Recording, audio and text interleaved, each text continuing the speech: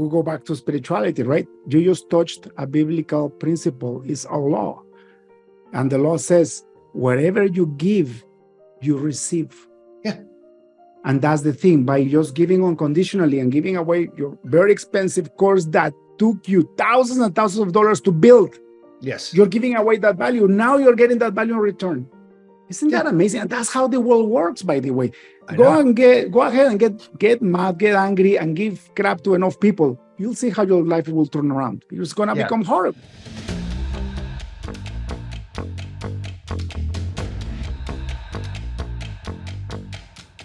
Welcome to the Break Free Podcast. I am your guest, David Manzola. This podcast is dedicated to interviewing people that are living their life in freedom. And not only freedom of money, but freedom in life. It's not easy. And what a beautiful example. Today we have with us Erik the Viking, one of our good friends of mine, and amazing entrepreneur, living life in his own terms and adding massive value. Erik, brother, welcome to the show. Hey, David, this is going to be fun. I'm looking forward to this. Freedom is my favorite thing to talk about. So for the audience, where do you live? Your full name? What do you do for a living? Okay. Where do I live? I'm Vancouver Island. So I live in North Saanich on Vancouver Island, the west coast of Canada. And Erik Solbakken, I'm a CPA by trade, a chartered accountant. Actually, they just recently changed our designation. But I like to tell people I'm a recovered accountant. I don't do accounting anymore.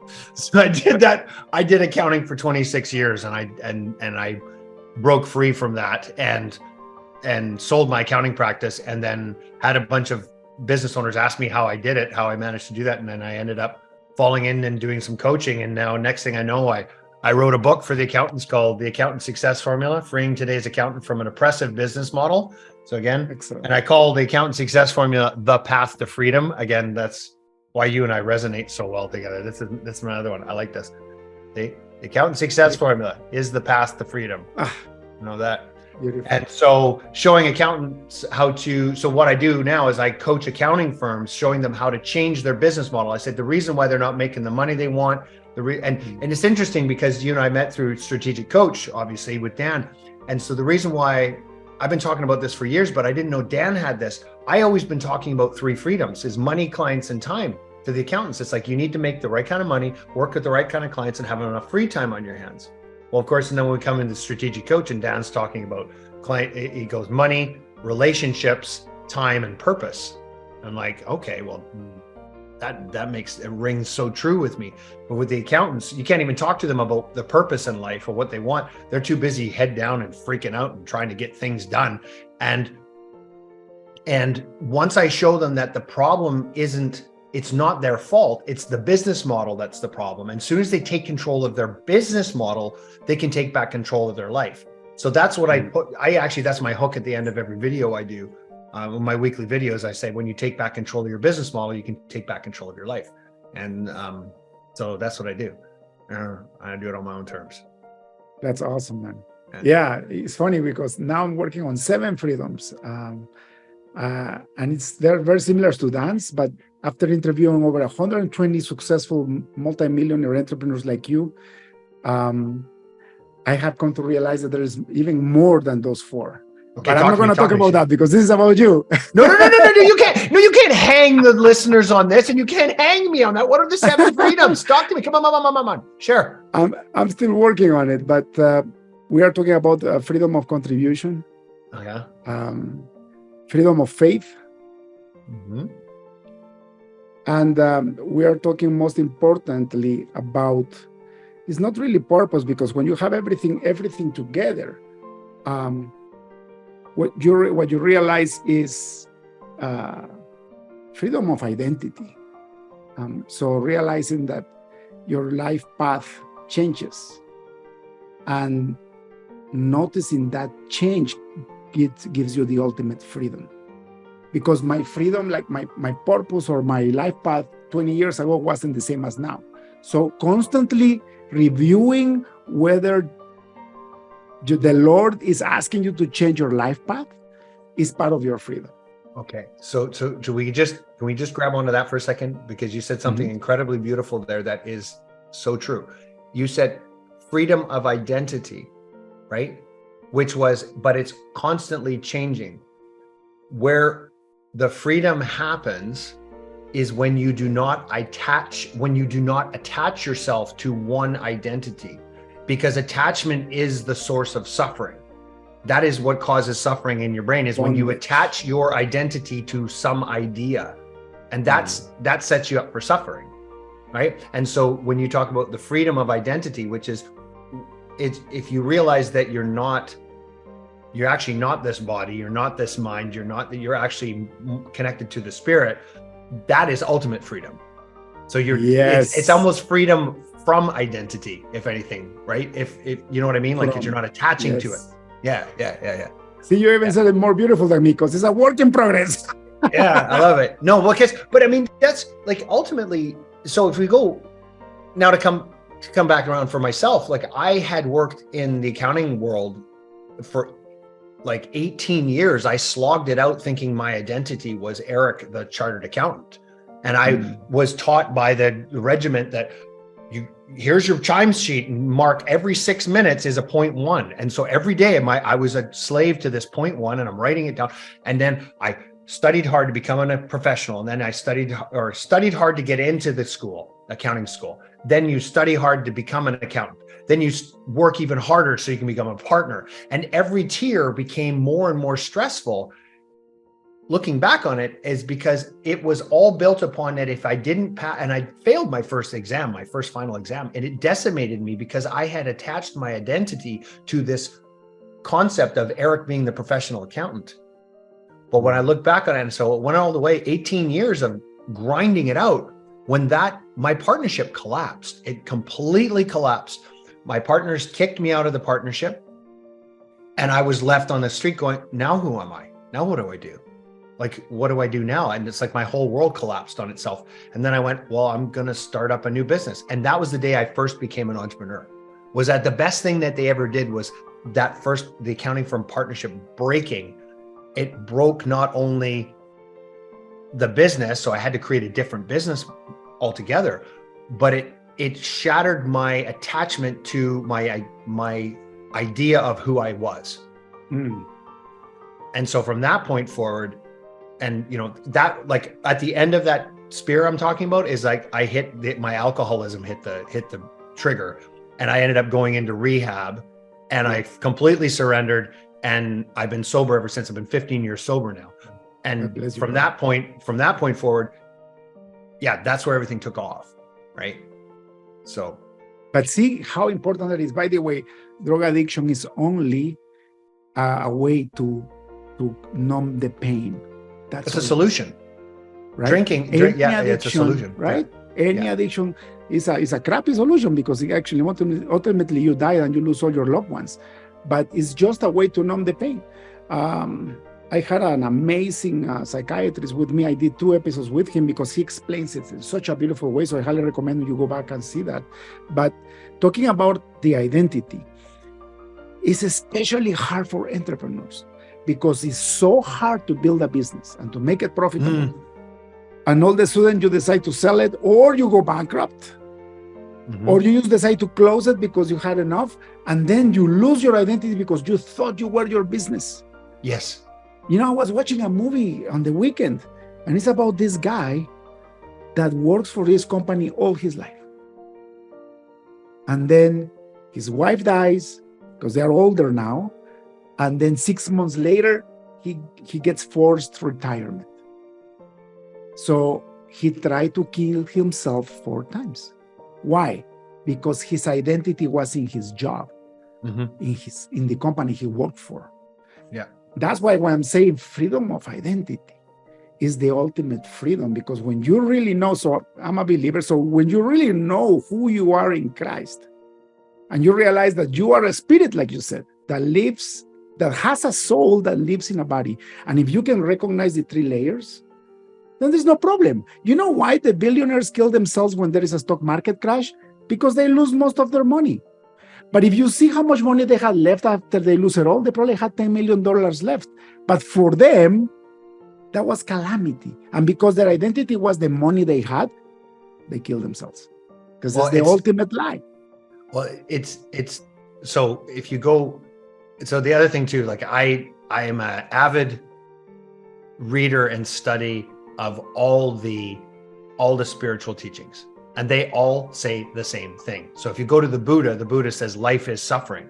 And the Buddha is because it's attachment to what you just talked about, is attaching yourself to an idea of who you think you are.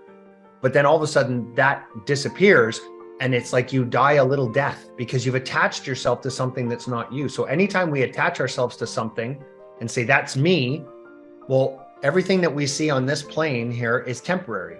It's all temporary. Like the lamp in the corner, that's temporary. Eventually, one day it's the house may burn down, or it may degrade, it'll go away. It's not going to last forever. So then if I attach my identity to something that's temporary, that's when I feel fear, right? That's when we feel fear, is when we attach ourselves to something that is not temporary. So what you're talking about is realizing that you're the conscious awareness behind all this ideas and thoughts and attachment, that if you come from that position, you can't be hurt. And that's when the Buddha realized that it was just life is suffering. And then once he figured it out, he laughed and had a pizza.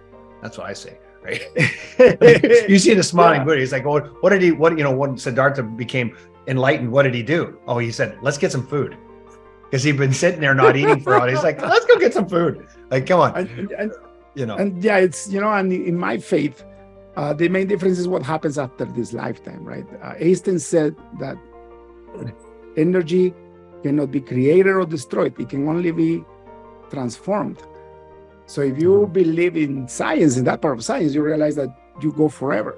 So in my faith, we go beyond that. We go, if I accept Jesus Christ as my Lord and Savior, when I die, I go to heaven and I live in blissfulness for the rest of my life in the presence of my Creator.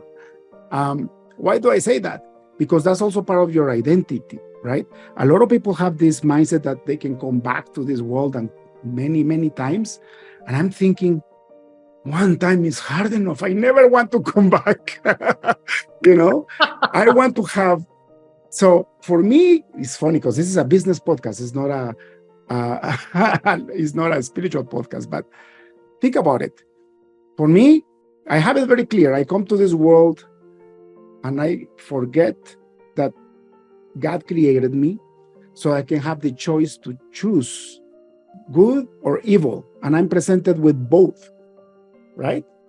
I can do wrong and live in the flesh and suffer even more, or I can, accept my Creator and really, really work my whole life to praise Him through abiding in the Spirit, not in the flesh. I'm not saying that you're not going to suffer, because the whole thing is suffering. Like denying yourself, denying the desires of your body is not easy. But when you actually do it through the Spirit of God, then you can actually do it. But you're gonna fall many times. But it's 80 years, brother. You have 80 years if you're good enough. Well, if you talk to Dan, he says 126. Dan is, what is he going to, 165? 164, is that his number? 164, I think is his number. But regardless, if you look at my life, it's been hardship after hardship until I finally realized, this is why I'm here. I just came to choose. Do I want the light or do I want darkness? And that's it. And if you're going to make me come back again to this world, I'm like, please don't. It's got enough one time, right? But now I live in light. I live in blissfulness. So let's focus back on the entrepreneur and what we've been talking about and how difficult it is for an entrepreneur and in breaking free. So for me, I was not part of breaking free from that identity that I was a chartered accountant and that this is who I was. That first crack was fantastic. The second one happened after I became an entrepreneur, and then I started building up and I created a whole different business model. So I went away from the traditional model, the way most accounting firms are built, and I built mine totally different. We had zero overtime policy, and no one worked overtime in my business for the 8 years that I had it. No accountant worked overtime ever. How do you manage that, especially at the beginning? Because that's not easy. No, you just do it. It's not easy. You do or do not. There is no try. Yoda said it. Like, do or do not. There is no try. It's simple. we do not do overtime here, so we do not do overtime. So that forces you. Limitation is actually our friend. The minute we have limitation, we have to be more creative within that time frame. We have to get more done in that time. So it's like the free days and focus days, right? Like it's what Dan teaches. Once you say, I am not working overtime, I'm only working these many hours, and I'm going to go home and spend it with my family or do whatever else I'm going to do, you have to be more creative. And so it forced us to be more creative and to be more effective on when we were doing things. And so no one worked overtime. The whole time we had the 8 years, no one worked overtime, including myself. Okay. So, and that's crazy for accounting firms. I changed the whole thing, and then I built it up. And then I was like, something's calling me to do something else. So I was like, I asked my wife, I said, what are we going to do? She goes, sell the firm. And I said, but what are we going to do after? Because they're not going to make enough money selling the accounting firm to live and retire. She goes, don't worry, we'll figure it out. I went, okay. So there was my second jump. And it was a faith jump, like jump off the cliff and have the faith that everything's going to work out. But my wife, doesn't it requires faith? It requires so much faith. So, but I did it. And man, next thing I know, I started up and I started doing a consulting. And so when we're talking about people building the life that they want for themselves, as I built that second business, this my consulting practice. So I'm a strategic advisor to accountants and showing them how to be the proper advisor to business owners. Because I love business owners. Entrepreneurs are the most important people on the planet, as far as I'm concerned. That's it. Right? Without business, you have no commerce, you have no jobs, you have no tax revenue. The government, the revenue or the business owners create and collect all the tax revenue that then gives to the government. The government then uses that to spend on social programs.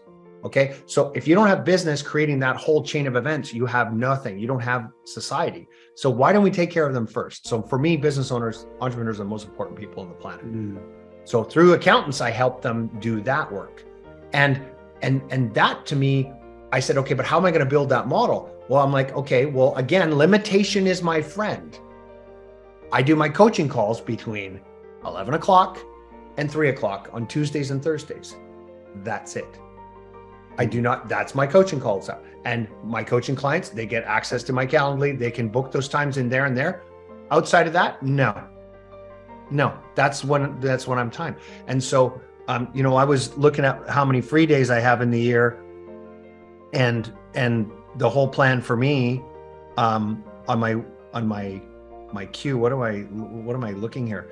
200 free days, 109 focus days, and 56 buffer days. Whoa. And last year, can you repeat that, please? Because this is something that the audience will think that is bullcrap. How can somebody be successful with this? So can you repeat how many days? Yeah. So and again, the spring of all wonderful things with the Dan Sullivan, the strategic coach. I just love Dan. And by the way, if you look really carefully at all this, it's actually a spiritual program wrapped in a business blanket. You know that, right? Like if you look at Dan's teaching, I love that's why I now know why I like you so much. Your entire existence is an spiritual existence. Yes, I know. Yeah. So yeah. And so in the front end, he says, set your time up. Limitation is our friend. Limitation is our friend. If there weren't limits on us, we wouldn't be able to orient ourselves, right? We need people on the extreme left and the extreme right of the political spectrum, for example. We need that so we can orientate ourselves between where do we go? Or your conversation, you said, if I'm not going to say left and right is good and evil, because extreme right and extreme left, I think, meet each other at the evil top of the circle. Yeah. But you need to have those goalposts so you can orientate yourself in it. And so in this, with your calendar, I said, okay, I'm going to have 200 free days a year.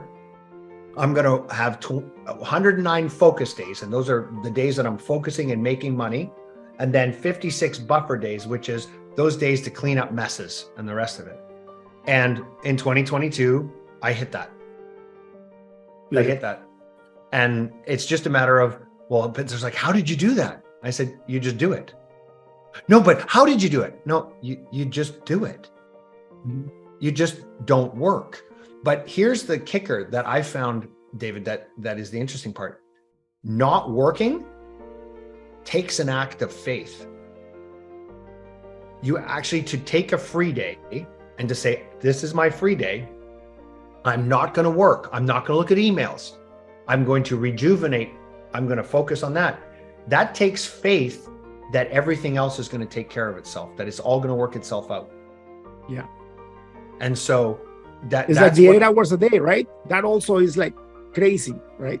If you think about it, it takes a lot of faith and commitment to say to your people, 8 hours a day, no overtime. No, none, zero. Actually, I shouldn't say that. One of my staff did overtime once, and I brought her into my office and I told her if she ever did it again, she'd be fired. Wow. And she said, well, no, I needed to get this work done. I said, no, you will be fired. There's a zero overtime policy in this firm for a reason. We have to protect ourselves from ourselves. You see, accountants are very sick people. They think they're worth, no, I'm serious. They're very sick people, very sick. They've got 3 lives that built into their mindset. And entrepreneurs, let's figure this one out. That my worth is equal to how many hours I work. Mm. That's the first lie. And the way we've been conditioned to that is, like I said, the timesheet, 0.1 of an hour every day, you're marking it down. So the more hours you have in a day, the more value, the more you're worth, the more they start brainwashing you at the beginning of the phase, and they all the way through that your worth is equal to how many hours you work. That's not an entrepreneurial mindset. That's a scarcity mindset. It's an time and effort versus value creation. So that's why accountants don't create value. They just work hours. So that's the first law. The second lie is that their clients are naturally price sensitive to their services. Every accountant thinks that every one of their clients is price sensitive. Super. Well, of course they are. They're price sensitive because you tell them how much you bill an hour. And instead of the entrepreneur going, well, what am I getting? What's the value? What's the price? If the value and the price align, they sign. If it doesn't, they don't sign. So for me, I changed the whole model around and said, here's the value I'm going to deliver to you. We agree to it. Yep. Here's the price. And then you agree ahead of time, like an adults would do. And then we're done. So we never have this fight after the fact, right? And for your client, who cares if it takes you 100 hours or 2 hours? If you're going to deliver the value that you promised, yes. I shouldn't care. Yeah. No, the customer doesn't care, but the entrepreneur really cares because it's like if you have a poor model, but that just means your business model's flawed. If it takes you 100 hours to deliver the value and you haven't done, then you need to fix your internal, your backstage, right? Yeah. So, but let's talk the second. So that's the second lie, is that your clients are naturally price sensitive to your services. So first one is your worth is equal to how many hours you work. Second one is your clients are naturally price sensitive to your services. And number 3, the accountants believe is that tax time just has to suck. So they just feel like they just accept it for being garbage, right? But if we go back to this, the thing that I talked about before is having faith. Taking a free day means that you realize your worth as a person, as a human being, is not based on how much you do. Mm-hmm. Simply being present with another human being can bring incredible value. And it has nothing to do with how much time you're spending with them. It's the quality and the value that you're delivering when you're with them. It's about value creation. It's not about time invested, right? So that's true. And so when I look at the free days, when I go to take a free day and I'm not working, I have to still, by the way, I'm still wired like an accountant because I still have an accountant brain in the back there. Every once in a while I'll get that, oh, I'm not working. But most entrepreneurs listening to this, they'll feel the same thing. Oh, I'm not at the office. Oh, my heart's palpitating. It's all going to fall apart, right? Because our identity is attached to this business. So if the business fails, yes, my identity fails and I die a small death. And that's where the fear comes in. Fear is always a result of feeling like you're going to die. That's where fear, that's the basis of fear, right? So anyways, the goal for me, again, for this year is 200 free days, 100 focus days, and 56 buffer. Now, this year I'm going to shift it. I'm going to do 200 free days, but I'm going to do more focus days than buffer days. So I've probably offloading about half of my buffer days. So I'm going to go to about 125 days of focus days. I'd rather do more focus days than buffer days because buffer days are just cleaning up garbage. I don't like that. And you know what, though? Another beautiful lesson that you're teaching me here right now and for the audience, you have to measure where you're investing your time. Because all you got in life is time, and the time is limited. You have no idea when you're gonna die. Like I was listening to a friend of mine. He was saying that his 52-year-old best friend, who went to the gym 4 times a week and he ate clean, he dropped dead in front of a conference when he was the keynote speaker from a heart attack. Mm-hmm. A normal, healthy, gym-going dude. He probably thought he had 100 years. Mm-hmm. So measuring where you're spending your time matters, because if you don't, you're going to start wasting it again. You waste it away, you create bad habits, and then you don't have freedom. Yeah. And so, again, I'll come back to this. Limitation is your friend. Limitation is your friend. And which it's counterintuitive, because shall we go back to our conversation from the beginning, spiritual beings having a physical experience, it's frustrating for us going, oh, I want to break free. I want to break. Like, we're constantly, that's, as humans, we're restless, irritable, and discontent. We're constantly trying to break free from this physical form. Oh, I just want more freedom. I want more freedom.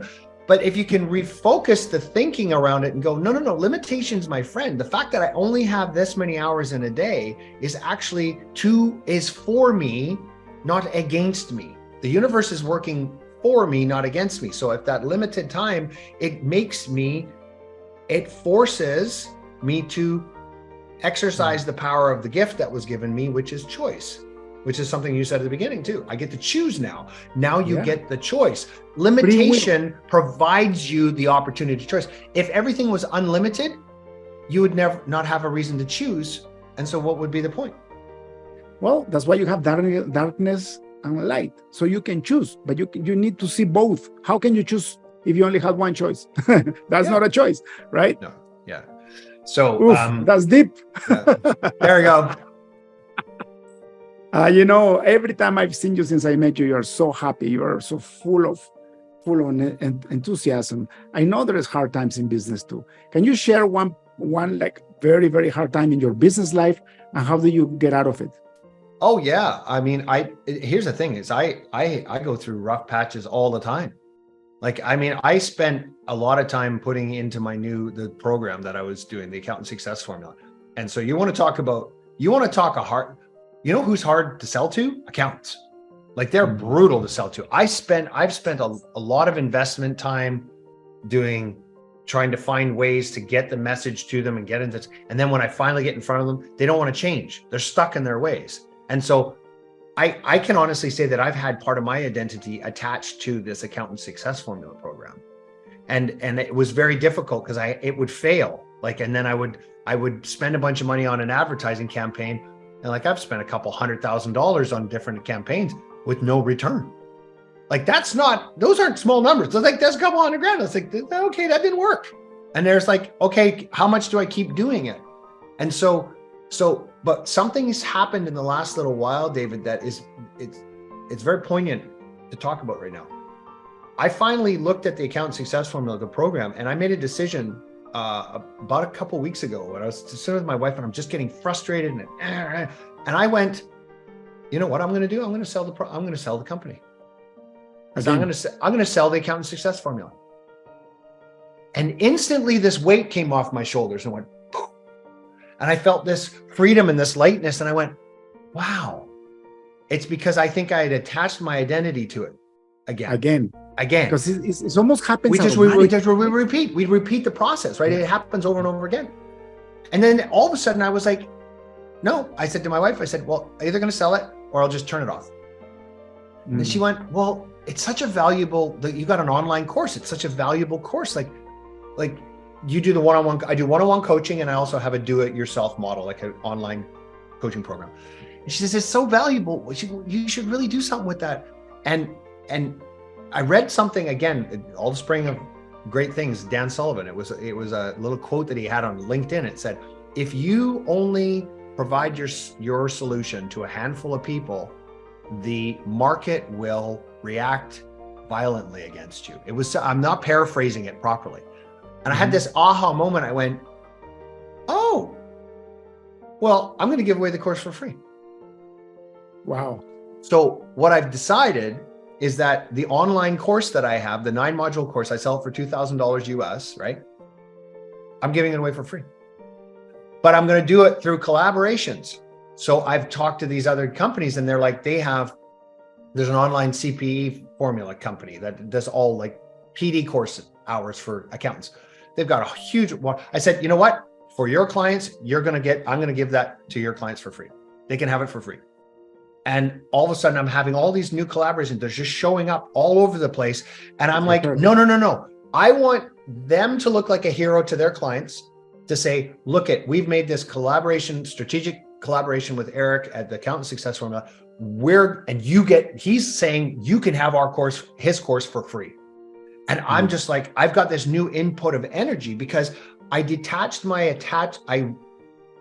unattached myself from it as if I'm going to sell it. And then I went, no, what I'm going to do is while I'm a steward, while I'm taking care of this, because it came through me, I'm going to pass it on to as many people as I can. And all of a sudden now the opportunities are flying at me left, right, and center. You know what? That's we'll go back to spirituality, right? You just touched a biblical principle, is our law. And the law says, wherever you give, you receive. Yeah. And that's the thing, by just giving unconditionally and giving away your very expensive course that took you thousands and thousands of dollars to build. Yes. You're giving away that value. Now you're getting that value in return. Isn't that amazing? And that's how the world works, by the way. Go ahead and get mad, get angry, and give crap to enough people. You'll see how your life will turn around. It's gonna become horrible. Yeah. So that for me, that's been like, and that's just literally, David, in the last couple of weeks. Like I was having another conversation with this morning, and now it's almost like it's as entrepreneurs, and for me in particular, given my propensity to be an accountant. It's like, I want to see the path. I want to see the finished product. I need to know where I'm going. But as entrepreneurs, especially for those of us that are entrepreneurial, not business owners that just run if you're entrepreneurial and you're trying to create something new, you can't see the path. And so that again takes faith to build it and just go, okay, we'll see how it works. And then this didn't work. Okay, I'm going to turn this way and I'll go, and you have an inner faith that it's going to work. You have this, so there's a faith component to that. And as I'm building this out and then I'm offering it, I'm like, oh my gosh, this is working great. Okay, well, let's keep in that thought feeling. Okay, it's not mine. I'm taking care of it, but I want to get it into as many hands as possible. And I've said to all these people, I want you to look like a hero in front of them. And they're like, well, how are you going to make money off this? And I said, I'm not worried about that. I will get taken care of. I've got a couple ideas, but they're kind of hazy. I think I know I could build a couple different ones. We'll figure that out later. I mean, hell, David, a week ago, I was going to get rid of it. I was going to turn it off. So what am I losing? Nothing. I have nothing to lose anyways. Right. So give it away for free. And you know, if they don't want it, then okay, fine. Then they don't want it. I'm okay with that. Right. Returning to your message, you gave it away for free. You took that huge brick out of your back, and now you have a sense of freedom again. Yes. Isn't it? Yes. I'm totally. Yeah. And it all comes down to attachment. It's really attachment. It's like freeing yourself from attaching my identity to all these things. And so I think that is the ultimate journey for the entrepreneur, is how can I create some value in the world at the same time not attaching myself to the creation, and to like just enjoying the process of creating it and then leaving the results up to the creator. Right? And that becomes the ultimate freedom. That's it, break free, right? And the faith part, right? The faith part that you're saying. That's why I think I don't believe in an entrepreneur that doesn't have faith. Well, no, they all do, because they have faith. They have faith that their idea will work. Well, that is the basis of faith, is believing that something that that your senses cannot see, but you believe it will show up. And it's not here yet. It's not here yet. It's not in the physical realm, but the belief. So Neville Goddard has this great, you know who Neville Goddard is? Got a great book. It's called Feeling is the Secret.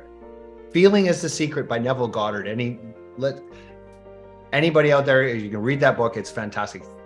4 short little chapters. And his is all about, if you feel it as if it's here already, it will show up. That says connecting your conscious to your subconscious and connecting to the creator. So it will show up. Feeling as if it's already here and giving the gratitude for it already having shown up. Asking ye shall receive. That's the direct line there. So every entrepreneur. Matthew 7:7. Yeah. Matthew 7:7. Every entrepreneur is feeling faith that it's going to show up and that it's going to happen. So they all have faith. You know how it's like though, right? It says, seek and you will find. It says, knock and the door will be open to you. And then it says, ask and you shall receive. So my point is, you have to have the action, these people nowadays that say, oh, whatever I think I will come a reality. I think that's the biggest lie in the world. Yes, you can think what you want to do, but then you gotta go and do it and ask and figure it out and go through the mountains. And I'm talking about the life of an entrepreneur. You have to be a leader first. Like what you're doing is great leadership in your life by creating this amazing product that you were selling for $2,000. Now you're giving away strategically for free. Now you're getting all this value back. You are going through the mountain. You're knocking, and the door is getting open to you. But you have to knock. People forget the knocking part. Well, if you're an entrepreneur, the entrepreneurs are listening to this podcast. They all know how to knock. They're working all the time.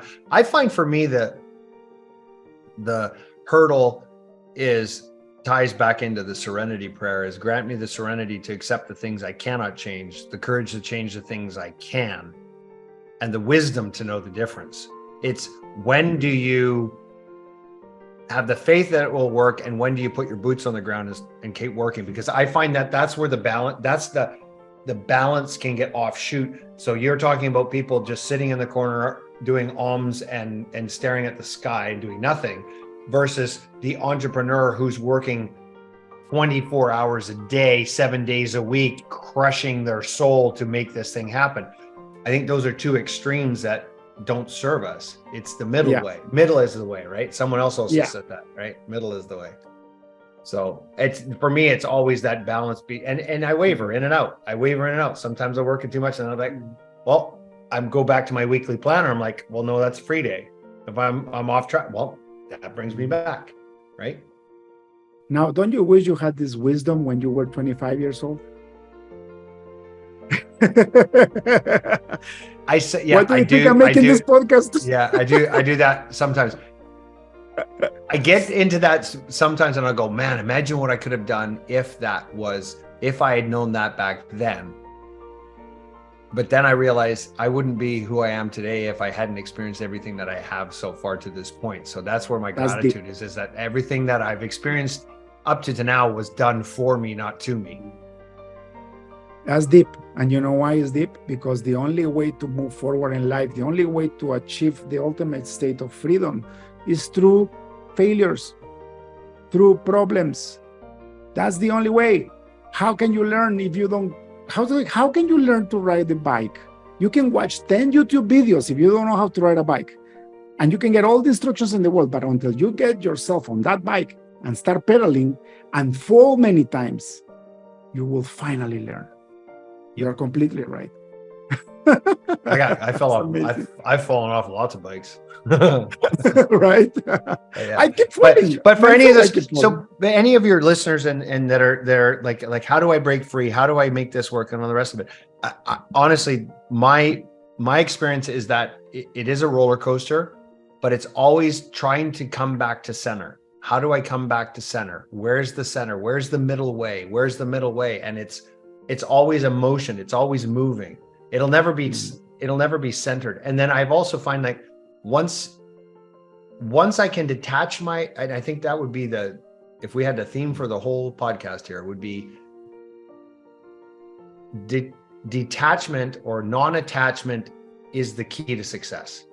Non-attachment is the key to success. And once you realize that all your suffering is a result of attachment to your business, to your idea, to all those things, once you can let go of that attachment, then that's your road to success. I just had an interview with an amazing entrepreneur. He went to school for becoming a wealth advisor, a financial wealth manager. He was doing that in the States for a couple of years, and then something happened in his family, and he inherited this coffee business. And either he will take it or will go away. So he took it, and he made this amazing coffee business. He grew it and he sold it for 9 years. And then he went back to be what he wanted to be, a wealth manager. And he tells me this with such a peaceful, mindset. And I'm like, identity. The dude knows that he's not a wealth manager. He decides to practice that. But in any moment, he can change and make another business successful. I don't know if I can do that. I'm always big in technology. I've always been writing software, and now I run a bunch of developers that work for me, you know? Yeah. It's crazy. One of my freedoms that I discovered is freedom of emotions. Now that you mentioned the book, that is the single most important thing is knowing that you can produce your own emotions regardless of what's going on. So that if you have a bad emotion, there is ways to turn into a positive mindset again, regardless of how bad it gets.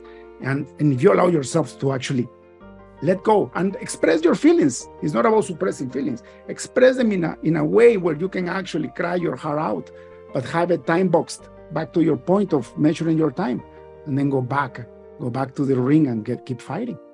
Right? Yep. Erik, I don't know when an hour went by.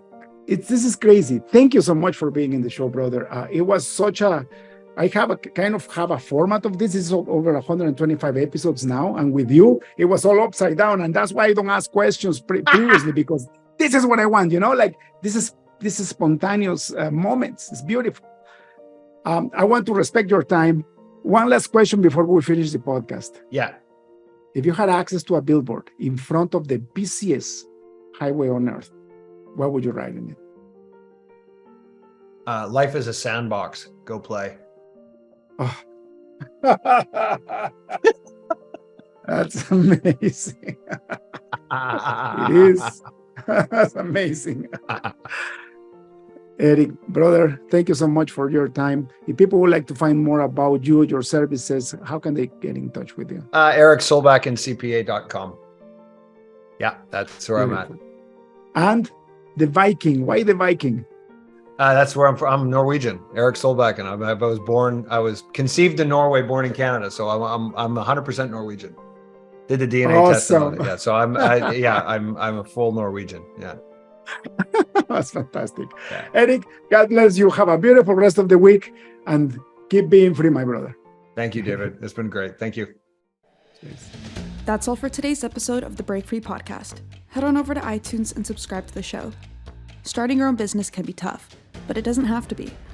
Visit davidmansilla.com to pick up a copy of the #1 international best-selling book, Breaking Out of Corporate Jail. Expand what you consider to be possible and reach your full potential. And join us on the next episode.